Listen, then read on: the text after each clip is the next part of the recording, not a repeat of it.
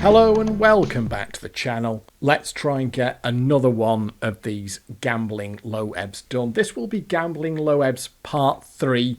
There's going to be 2 more after this one. I already know what the last 2 are going to be. However, this one, Part 3, is going to be the final one from a chronological perspective. That is to say that this one is the furthest forwards, timeline-wise, of shit blowing up. Part 4 is going to be earlier, and that is going to be dubbed, inverted commas, the worst one. And then Part 5 is going to be when I finally pieced together all this shit in my head and worked out what it was that, in my honest belief, set me up to be an addict in the first place. But let's crack on with Part 3. I'll do my best. I'm probably going to fucking lose it at some point. So, time-wise, we are mid-July 2000. I know the exact date because I've still got some pictures. So we've actually got photographic evidence of this one. We are at mid-July 2000. And this was the point at which I actually had a bit of a clue as to what I was supposed to be doing. I knew about forcing. Now, that's not much, I know, but I knew about forcing. And there were an awful lot of machines back then. Late 1999 into 2000, you could do all right with forcing if you weren't still a stupid, hopeless addict. And that was the problem that I had. So even though fundamentally I had the knowledge, I had the tools at my disposal to be able to win, I wasn't doing it. So what I started doing was keeping a chart in Excel. I thought, why am I still losing here? When I've got, for the first time, I've got some good information on what I need to do, and yet somehow, overall, I am still losing money. So I kept a chart in Excel, and I've still got it. I'm going to put it on screen now. I'll do this in the edit. I'll put this on screen now. And what you'll be able to see here is that from the point at which I started the chart, which is when I kind of had an idea of what to do, I was still losing money. And you'll be able to see from the first few points on the chart that I'm tracking downwards overall, and I was getting incredibly frustrated by it. But the problem was that the addict was basically in charge. The addict side of me was still at the helm, and I would still just play any old shit, even if I knew the machine was dead, even if I could tell it wasn't kind of playing ball, I would just lump money in it until I lost. So even though I could win on some machines, I still didn't have the presence of mind to walk away from the machines that weren't playing ball. Plus, you have to throw into the mix that I was just forcing everything at this point. So I would be forcing JPMs and aces, which of course aren't machines that you can force. That was kind of knowledge that only came to me a little bit later on. At this point in time, in July of 2000, all I really had was forcing. So that's not going to work for some machines, full stop. And you've still got to know when it's worth getting involved with a machine and when it's worth forcing it. So what I'd started to do was kind of do a round of my hometown of Ramsey on a fairly regular basis. And that was another part of the problem. I was going out too often. So if I could force a machine successfully one day, I'd go back like maybe the next day or 2 days later when it clearly hadn't recovered. The thing with forcing was, like the bar crests of the time, your very forcible £15 bar crests, they needed time to recover. You had to get your timing right on them. And I didn't have that because I just still wanted to play. It was, even though I wanted to win, and even though I kind of had what I needed to be able to win, I just didn't have the self-control. I didn't have the discipline. And as such, I would still lose on machines that overall I should be able to win on.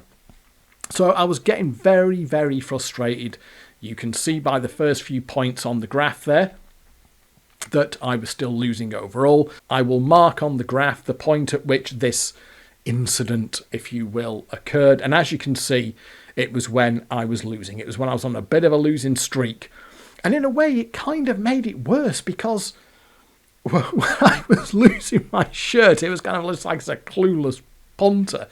But in a way, knowing that I knew what I had to win, and still losing. If you still manage to lose when you should be able to win, in a way, that's even more annoying. So I was not having a good time on the fruit machines.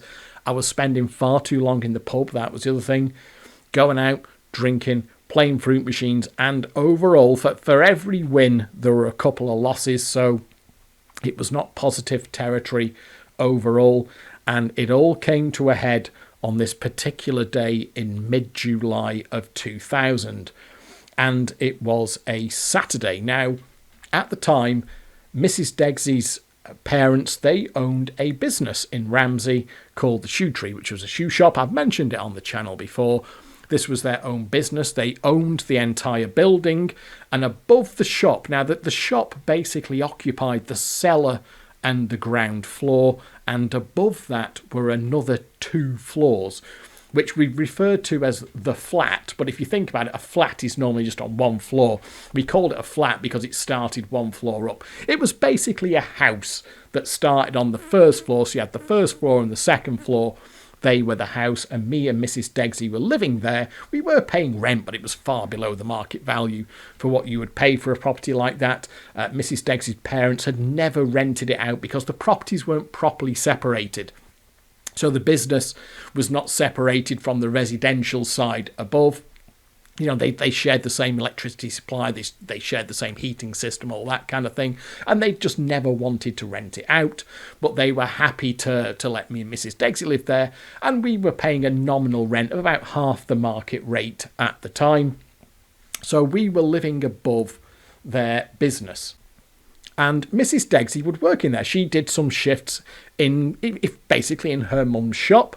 And one of the shifts that she did nearly every week was the full Saturday. So that's like 9 till 5:30 on a Saturday with a break for lunch. And what I would often do when Mrs. Degsy was working the full Saturday, what I would have to often do is go out and do my round of the pubs in Ramsey. I'd get all the fruit machine playing out the way, have a few beers, and then I'd kind of come back to the property.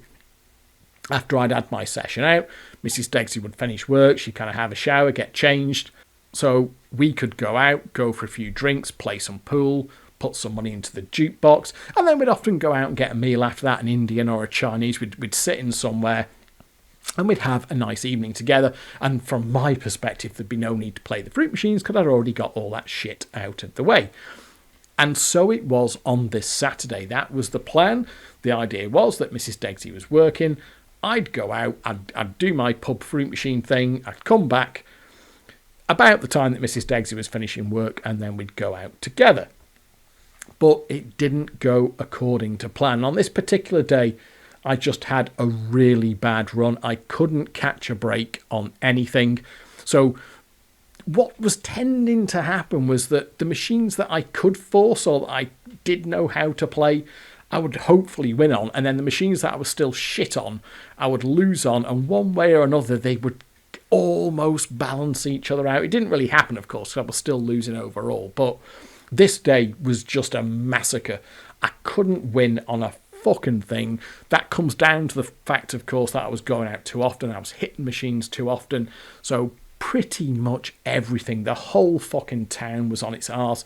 There was a Bucky's at that time that had 2 fruit machines as well, and what I would often do, and I think I did it on this day, you could go to the Bucky's at like 11 o'clock, do the fruit machines in there, and then the pubs would be opening from 11:30 to 12 o'clock, and then you could just do a round of the pub. So I started in the Bucky's, nothing going on in there, then went round the pubs, and just couldn't catch a break on a single bloody thing. Was just losing money. And I'm sure you know what it's like. It's like how time can get away from you when you're just kind of entombed in your world of gambling. It's amazing how time can get away from you.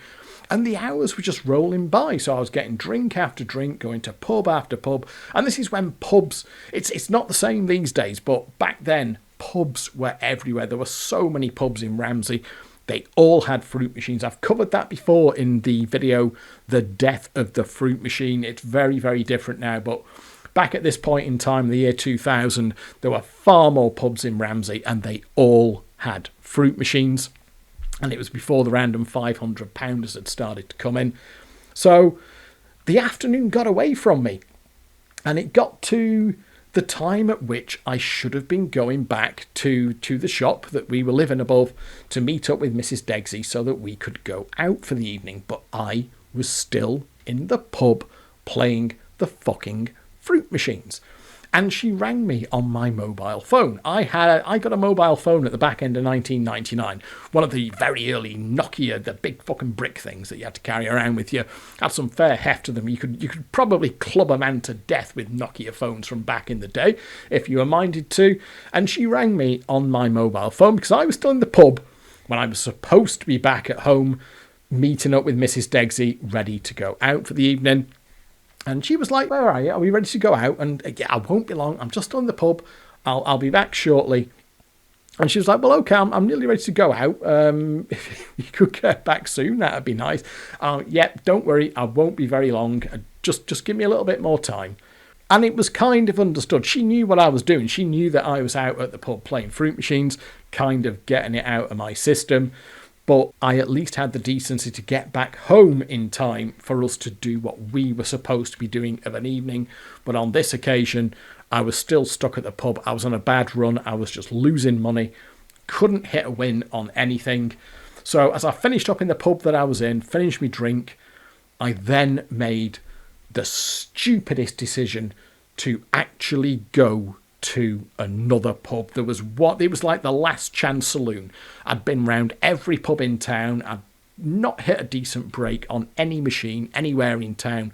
So I then made a decision to hike out a little bit. It's still in town technically, but it's just over the bridge. The pub itself is called the Bridge. It's not a pub anymore. It was turned into apartments many, many years ago. I'll just put something up on screen to show you where it is. As you can see, it is a little bit out of town. I thought, you know what, it's the only place I haven't been to. I just need to fucking catch a break. I just need to at least feel that I've won playing fucking something today. And I knew the machines that they had in there. They had a Barcrest Gold Strike and they had an Impulse Trailblazer. Barcrest Gold Strike, not a bad machine. I'd done well on it. There was lots of different ways that you could get a jackpot out of it, and I felt that I knew that machine fairly well, and thought that if there's anything that I can win on after a day of shit, I can probably win something on that. I can get a little bit of cash back out of that. Impulse Trailblazer, it's still not emulated as far as I'm aware. It must have been on the Epoch Tech. I think it was possibly the first Impulse AWP. It was in their older style cabinet. It had big round buttons and the board was kind of like this diamond shape in the middle, and you had two high lows and you could go left and right up this diamond shape, with obviously the jackpot repeater being at the top. A little bit like Barcrest Alien, I suppose, but a £15 Impulse version of that, and that was usually good on the force. Now, Barcrest Gold Strike, you could kind of force it, but you would also just steal jackpots wherever you could. Impulse's Trailblazer, I just straight forced that, and it loved to do a 45 quid, maybe a 60 quid if you were lucky, or if it was being pushed out a little bit too often, it would do 30 quid. Either way, somehow I got the fucking idea in my head that instead of going home to meet my wife, who I was already late for, to go and do what we were supposed to be doing, which was meet up, go out, get a few drinks, play some pool, put some tunes on the jukebox and get a meal together. Somehow I got it into my head that the correct thing to do was go to another pub to play more fruit machines. So that is what I did. I hiked over to the bridge. It's not that far, it's 3 or 4 minutes walk in honesty. Got a drink in and set about the fruit machines, and I'm running dangerously low on cash at this point. That's the thing. I've got it in my head I had about 70 or 80 quid left, but there was nothing left in the bank. That was kind of like all the cash I had until payday. So this is the other thing, I had enough money on me to go back home and go out with Mrs. Degsy and we could have a good night together. There was plenty of cash for that. And yet I still made the decision to go and gamble instead. And there was nothing left in the bank account at that point. This was kind of all I had until payday. And it didn't go well in the bridge. I got absolutely fucking fleeced. I don't know what happened in terms of what had been done to those two machines. But the gold strike was in the foulest mood you can possibly imagine. I don't really think there was anything on it back in the day. Cheerful Pessimist has done a video about it, the kind of method that he used on it. I tried that in the emulator and I just couldn't get anywhere with it. So maybe it had just done a big natural streak and it was really on the take, but that took the lion's share of my money off me, of that 70-80 quid that I went into the pub with. And it took me a while as well, because of course it took a certain amount of time to lose your money back then. You're only playing on 25p, 30p a go, and you were getting on the board, and with Gold Strike there's quite a bit going on the board. You're trying to get jackpots set up and all that kind of thing. So I was in there for a little while and I was drinking more. I was getting drinks. I was out of pound coins by that point, so I was having to get change from the bar. They were okay. They were changing down notes for me, or I'd buy a drink and then get the change in notes. But Gold Strike absolutely fleeced me. It took me to pieces. I finally got a jackpot out of it after I must have put about 60, 70 quid. The vast majority of the money that I had on me went into Gold Strike. And I finally got a jackpot out of it. Didn't repeat. Didn't start off a streak. And it was fucking on its arse again. So with the last, I don't know, probably 20 quid that I had, something like that, I got another drink in. And by the way, I'm on the vodkas at this point. Me and vodka back then were not a good mix. So I was on the double vodka and cokes, which you can fairly fucking rail back. A double vodka with a splash of coke, you can knock those things back pretty quick. So I'm getting quite drunk at this point too. And I went to the Impulse Trailblazer thinking that this is my last chance saloon now. Can I just catch a streak on Trailblazer, get 45, 60 quid? I'm looking at the time and thinking I'm fucked here anyway. Mrs. Degsy hadn't rung me again because, frankly, she knew what was happening. He's in the fucking pub playing those fucking fruit machines, getting pissed. So she didn't even bother to ring me again to kind of ask me where I was or what was going on, because she knew. And I went over to the Trailblazer with whatever it was I had left, 20 quid or so, and it just took it off me in cold blood. I don't know what happened. To this day, I don't know what happened. Maybe a player had been in there and done something to them that I wasn't aware of. Or maybe somebody just got very lucky and they just caught a streak on both of them, completely hammered them and walked away. Either way, the work that Gold Strike had started, Trailblazer then finished off, and it fucking skinned me. As memory serves, I think I bought one more drink on the way down. I think I lost all the coins that I had. Everything that I got out the Gold Strike, I lost in the Trailblazer, and I've got it in my head. I had one £10 note left, knowing that I was skint, knowing that I had nothing left in the bank. Went to the bar, got another double vodka and coke, change in pound coins, and then lost the final £7 odd, whatever it was, on the Trailblazer, and that was it. I was skint, and I was about 2 hours late for Mrs. Degsy, who was still waiting for me at home. So then you've got the walk of shame, haven't you?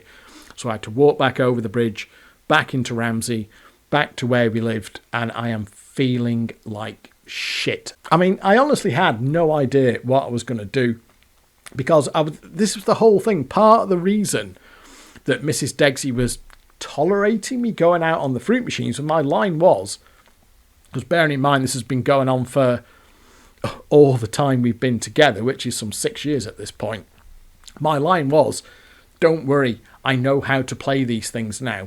I know how to win. So you can imagine how that plays when you turn up home 2 hours late. Now, if I'd had a big pile of cash, you could almost try and wing it and say, look, I've got all this money. I'm sorry I'm late. Let's go out. But I was late and I had no fucking money, and I had no means of getting any more money either. So as I'm walking down the back street there, which was where, because the entrance to the residential side of the shop was down the backings. So as I'm walking down there, I'm just thinking, what the fuck am I going to do? What the fuck am I going to say? And the anger was rising in me. It was a real rage. And the problem was, I was angry with myself. I knew this was on me. Once again, I had done this to myself, and I had done this to me and Mrs. Degsy. She had done nothing wrong. She hadn't put a foot wrong. She spent the day at work whilst you're out at the pub getting pissed, playing fruit machines, losing all your money that you're supposed to be going out with tonight, and you're 2 hours late as well. So as I'm walking back to the flat, I'm thinking she's going to be fucking furious with me. She's going to be really annoyed because you last spoke to her over 2 hours ago. You said you were going to be like 15, 20 minutes, and here you are wandering in so late now that you can't even really go out at this point. On top of that, you've got no money anyway to actually go out with. So as I walk back to the back of the property where we lived, and I looked up to the windows, and Mrs. Degsy was stood at one of the upstairs windows, and she was looking down at me, and she wasn't looking down. This was the thing. It wasn't an angry face. It wasn't a face that says, I want to shout at you. It was a face that said, I'm worried. It was a face that said, I'm concerned about you. And I remember thinking to myself, oh, fuck, you know what? You don't fucking deserve her. You do not deserve her. Because she wasn't, this is the thing, she wasn't angry with me. She was worried. It was a worried face that I saw looking out of the window. And I am just fucking destitute here, literally destitute. I'm 2 hours late. I've got no fucking money. And where I deserve to be confronted with anger, with annoyance, with where the fuck have you been? What were you getting up to? Instead, she's looking out for me and she looks worried. And the rage that I had building up inside me, I mean, I guess you'll either know what I'm talking about or you won't. It's that utter fucking, what's the word? Despair. It's that despair that everything that's happening is your fault, and it's not the first time it's happened, and it almost certainly won't be the last time it's happened. It's the fact that everything's fucked and it's because of you.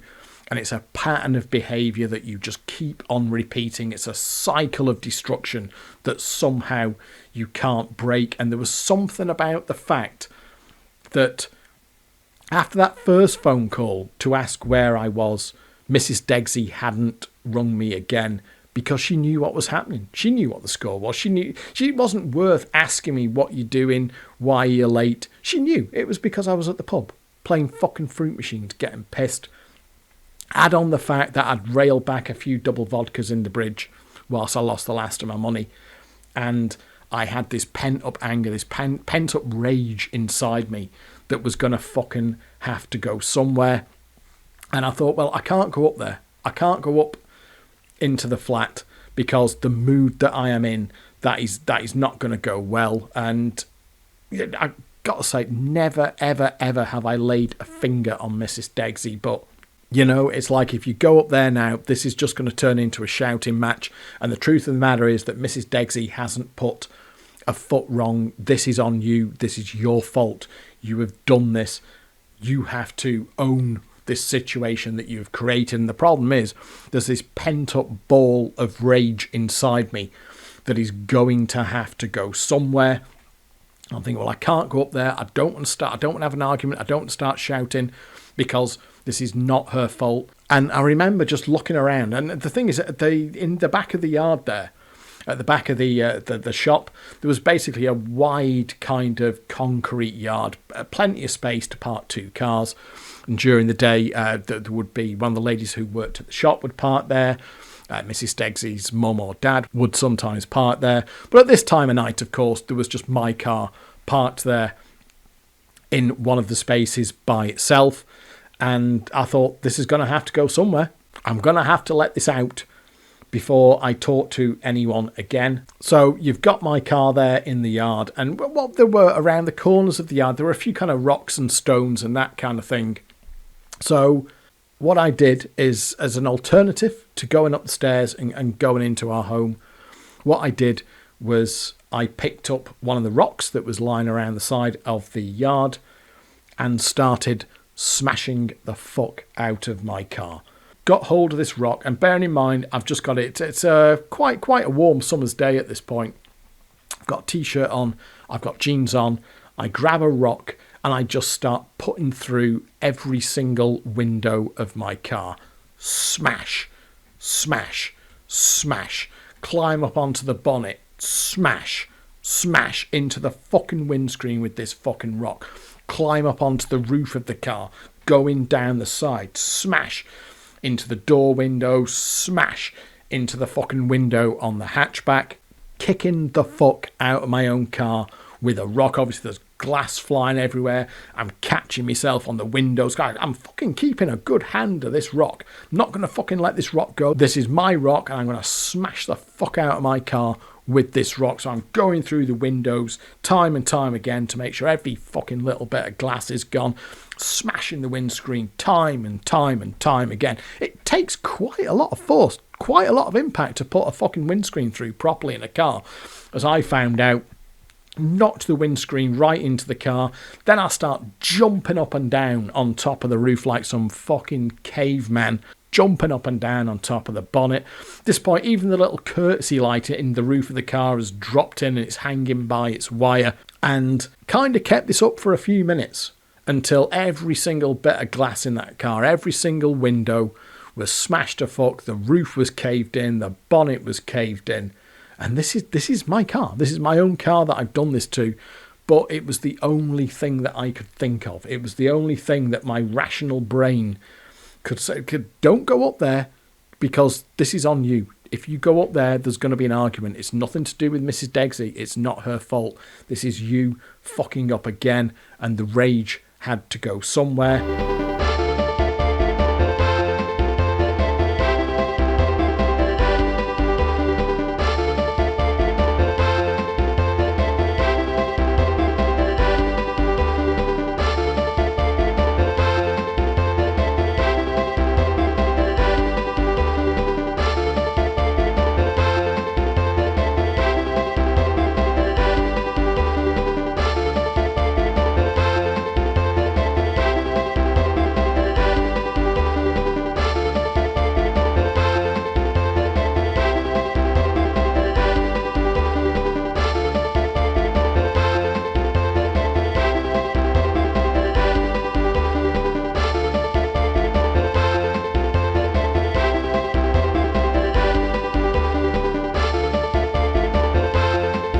What had happened at this point, unbeknownst to me, was that Mrs. Degsy had rung her parents. She had gone, oh, fucking hell, what's going on? I've never seen this before. He's now screaming, jumping up and down on top of his car with a rock, smashing the fuck out of it. I'm going to ring me mum and dad. And somebody had rung the police as well. I don't know. I was in such a blind rage. I honestly couldn't tell you. Maybe somebody had walked down the back ends and seen what was going on and got onto the police. But as I finished smashing the fuck out of my car with a rock, my mother and father-in-law were a few minutes away, and the police were just a couple of minutes away because somebody had called the police. So at that point there, I'm stood, I've finished, it's gone. The rage has been dissipated. I'm just a kind of spent force at that point. I just threw the rock down to the side, looking at my fucking handiwork, this smashed car. I'm covered in blood, of course, because I only had a short sleeve t-shirt and I've got blood all over my arms where I've been going through the windows and catching myself on the glass and the bodywork. And as I'm kind of just standing there as a kind of spent force, well, no, what the fuck have you done now? The police arrive. Police transit comes down the back ends, flashing blue lights. They didn't have the sirens on. Well, they turned the sirens off. I could hear the sirens coming down the street. As they came down to the back ends, they turned the sirens off, but the blue lights were still flashing. And 3 police officers get out. There were 2 police constables and 1 sergeant. Now, I've got to be honest with you, this next bit is a little bit hazy to me. Obviously, they were asking what's going on. They didn't kind of just grab me and throw handcuffs on me straight away or anything like that. You know, it was kind of what's going on here then sort of thing. Because I guess what it turns out is that there's no actual law against smashing the fuck out of your car on private property. This is the thing. It was a privately owned car on private property. This was a private car park. It wasn't a public road. It wasn't a public car park. Nobody had been hurt. There were no kind of victims in that regard.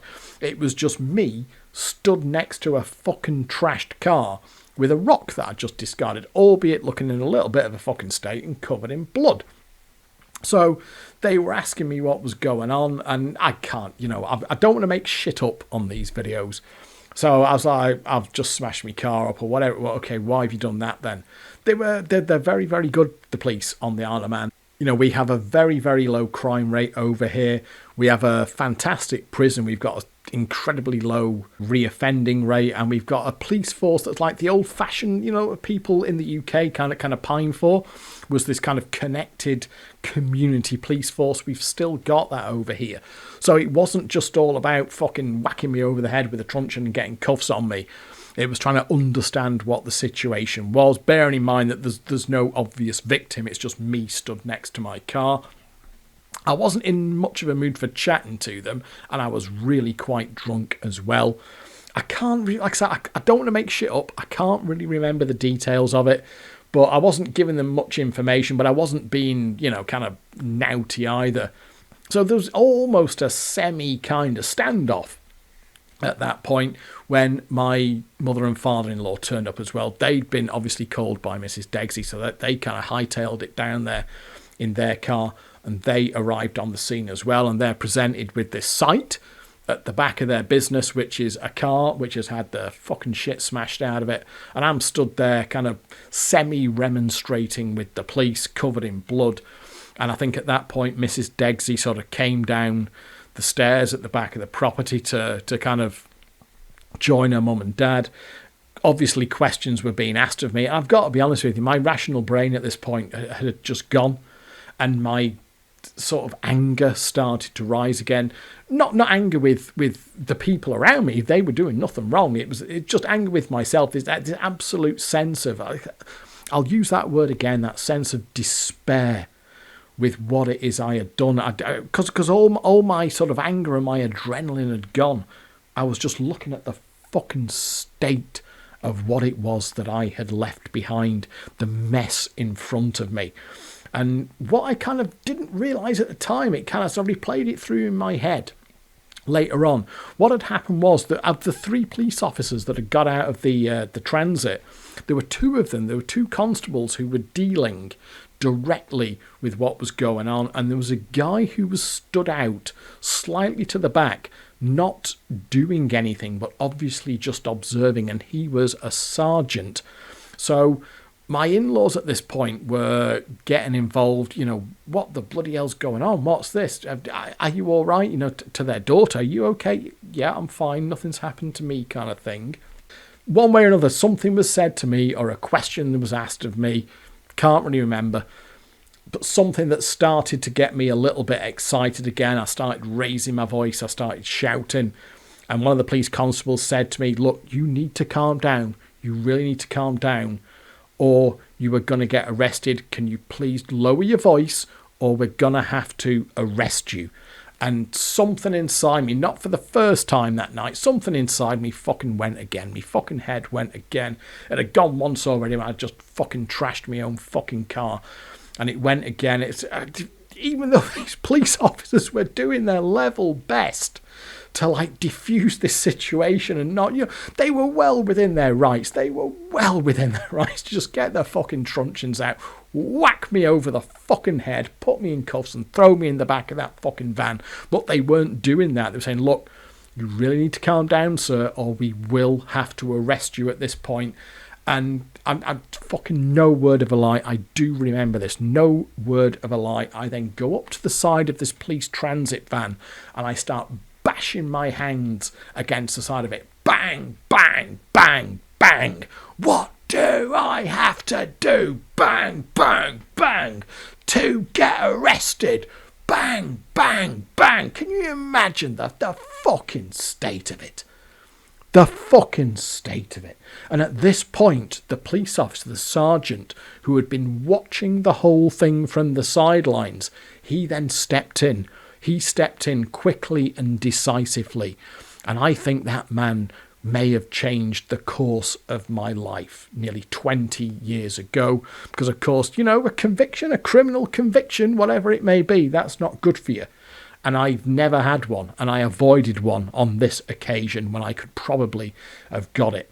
But this police sergeant stood in, and he was a big guy. He was a big, strong guy, and he just stepped in. He walked straight into the middle of it, and he grabbed my arm, kind of around about the elbow, down the lower elbow, and he grabbed my arm. When I say he grabbed my arm, he really fucking grabbed my arm.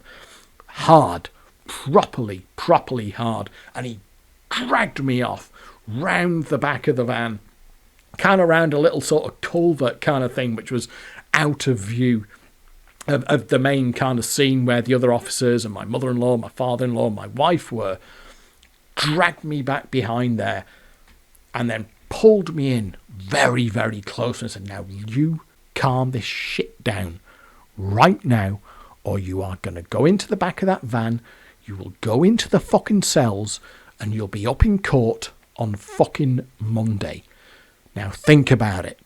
Calm down right fucking now. And as he said those last three words, he properly crunched my arm. I could feel the fucking bones grinding inside my arm. But it wasn't, don't get me wrong, I'm not saying it's some kind of fucking police brutality thing. This was you have got one last chance. You have got, this is what this police officer was doing to me, this sergeant was doing. He was saying to me, you have got one last chance here to turn this situation around and not get yourself arrested. This is it. If you fuck me around for 1 second more, I'm going to fucking have you. You're going to be in cuffs, and you're going to be in the back of this fucking van. You're going to be in the cells, and you're going to be up in court on Monday. And there was just a little bit, this tiny little sliver of my rational mind was still left that said, you don't want that. You really don't want that. And despite that, so even though I knew that I didn't want to go to the police station for the night and get thrown into the fucking cells as a drunken disorderly and whatever else it was going to be, I didn't know what else to do. I didn't have the mental faculties at that point in time to cope with the situation either. So that tiny little sliver of my rational brain that was still left operating just said, get the fuck out of here. Run. That's all you can do. You can run. So this police sergeant, as he said to me, delivered this warning to me, sort your shit out now or you will get arrested. He let go of my arm and I just looked around and I sort of stepped back into the main arena, if you will, and looked at my fucking creation. You've got 3 police officers. You've got a police van with its blue lights flashing, and you've got my mother-in-law, my father-in-law, and my wife. And Mrs. Degsy was just...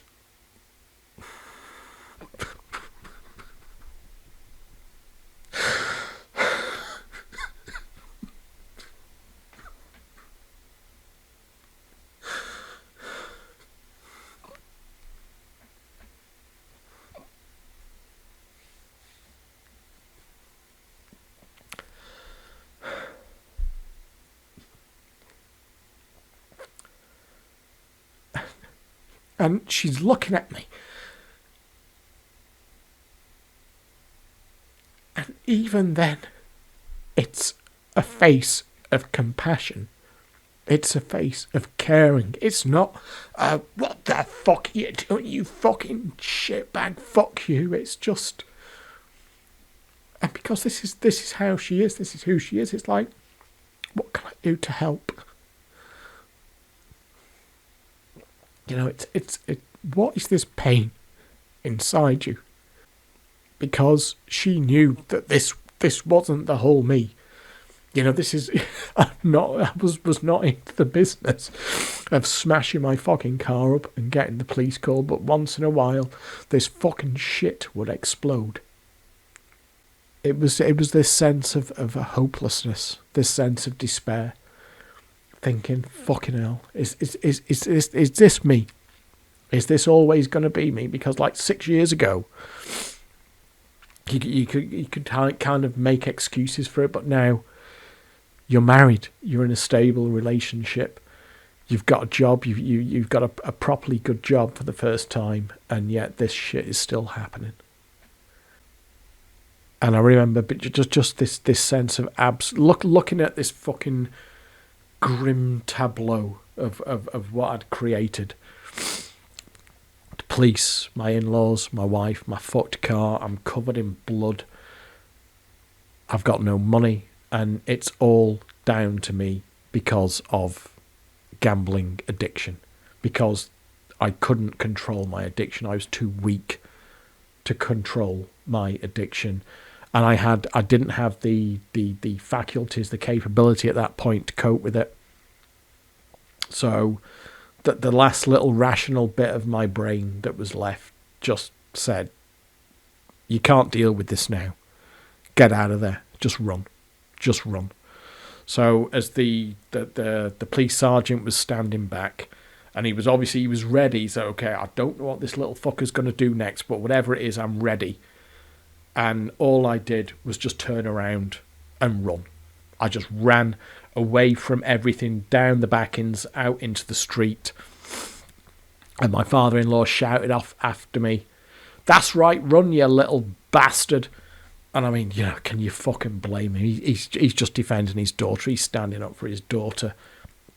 And even though we'd known each other for years at that point, he's thinking this is, maybe this is just a step too far. So I ran out. The police didn't bother to follow me. They probably thought, is there any mileage in actually chasing after this guy and trying to arrest him now? Let's let him go. Let's defuse the situation. Nobody's been hurt here. Nobody's been physically hurt. So let's let him go, and let's just let this situation hopefully diffuse itself on its own terms a little bit. And what I did is I ran out onto the promenade and stood out on a stone promontory there, looking out over into the sea. I think the wind had got up a little bit. I can remember there was quite a choppy sea. And I remember standing out on the front of this stone promontory, looking down into the sea, this choppy sea below me, a deep sea below me, because this kind of thing goes out a fair bit into the sea. It's not like just walking down a beach into the sea. You're kind of standing over the sea on top of this thing. And I remember looking down and just thinking, just fucking throw yourself in. Throw yourself into the fucking sea. Kill yourself. Do the world a fucking favour. It will be better off without you. And to be honest, I can remember my fucking feet. I can remember fucking tipping my feet, like over, like balling my feet over the edge of this kind of concrete wall, and just thinking how easy it would be just to fucking let go, and just to fucking let my balance just tip my feet forward, and let me natural balance just fucking tip me into the fucking sea. Get fucking drowned. Fucking die. Do the world a fucking favour. But I didn't want to die. And the thing that I hung on into in that moment was the look on Mrs. Degsy's face. And it was the fact that she didn't hate you. She cared about you. She was concerned about you. That was compassion. Like, she knows that this is not you. This is not the whole who you are. You're not just this fucking senseless addict. There are things about you that she loves. And this is the thing with an addict. Because you have no self-esteem, because you have no self-respect, because you care nothing for yourself, basically, you can't get your head around the fact that somebody else would care for you and somebody else would love you. And yet Mrs. Degsy had demonstrated to that me, and I saw it in her face. And as much as I didn't want to go back to the wreckage that I'd created, I didn't want to die either. So after standing out there for a little while and I walking along the prom, I kind of thought, well, okay, if you're not going to fucking top yourself, you're going to have to go home and face the music.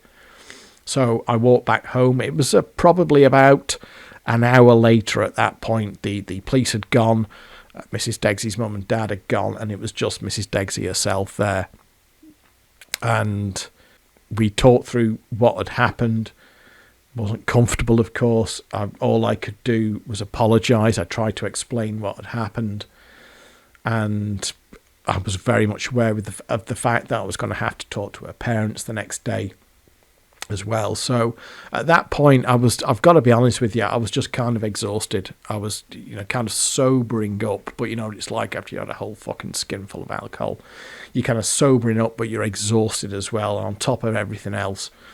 And all I was really fit for was apologising, trying to explain what the situation was, and then just going to bed. And then the next day, I was expecting Mrs. Degsy's parents to want to have nothing to do with me, just fucking chuck me out.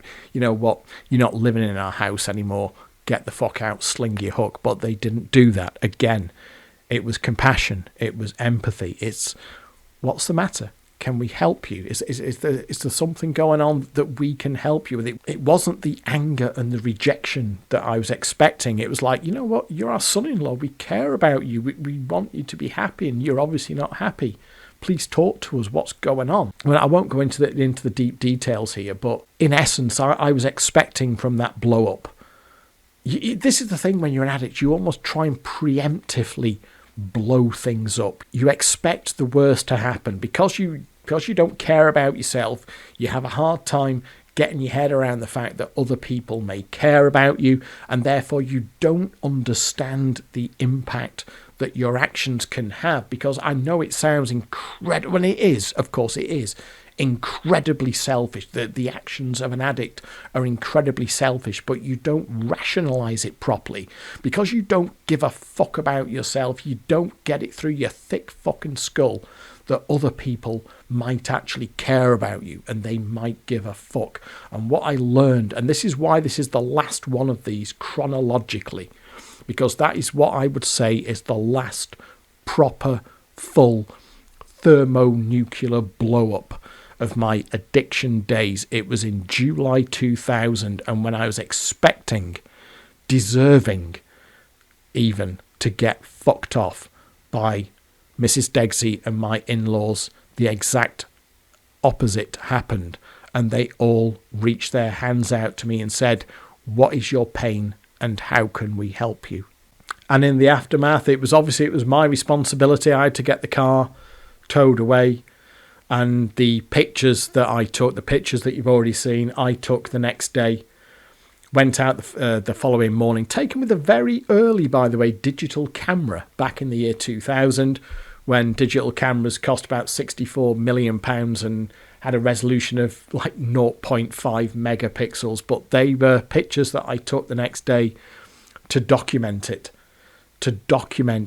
kind of as a reminder to myself, never be this person again. Do not do this again.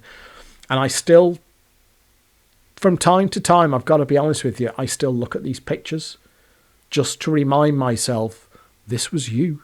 This was you. You did this. And I remember the whole thing, the whole day, the whole evening, the whole blow up. And my greatest determination is to never be that person again. But at the same time, I also have endless sympathy and compassion for people who find themselves in similar situations, because it's not a monkey on your back. It's like having King Kong on your fucking back. It is amazing in all the worst possible ways what an addiction can do to you and what an addiction can drive you to. I still believe, I like to think that I live my life now as a fundamentally good person. I try and be a nice person. And in essence, I was that person back then, but I was broken by addiction. Remove the addiction and I can live my life in a way that I would want to. But I never judge. I never condemn. When I see stories of addiction, when I hear tales of addiction and some of the things that people do when they are in that space, I just feel pain on behalf of their pain, because nobody fucking chooses it. Nobody wakes up one day and thinks, you know what, I'd like to be a fucking addict. That sounds like fun.